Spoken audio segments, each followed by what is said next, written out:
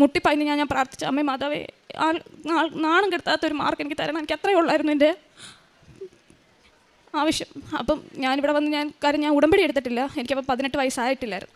അത് കഴിഞ്ഞ് ഇവിടെ വന്ന് കരഞ്ഞ് ഞാൻ പ്രാർത്ഥിച്ച് ഹോൾ ടിക്കറ്റുമായിട്ട് ഞാൻ വന്ന് പ്രാർത്ഥിച്ചതിൻ്റെ ഫലമായിട്ട് ഞാൻ എഴുതി. എക്സാം എല്ലാം ഞാൻ എഴുതി.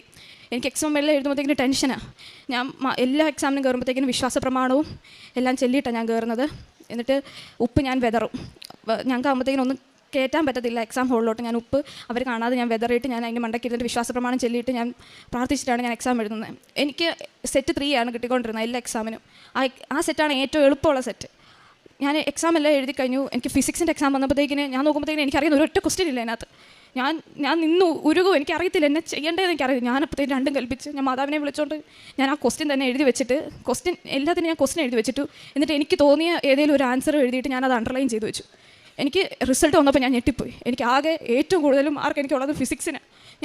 എനിക്കറിയാം, ഞാൻ 2 വട്ടം എൻ്റെ എക്സാമിൻ്റെ റിസൾട്ട് ഞാൻ എടുത്ത് നോക്കി. കാര്യം ഞാൻ തൊട്ടു എന്ന് പറഞ്ഞിരുന്നതാണ് CBSEയുടെ എക്സാം ഫിസിക്സിന്.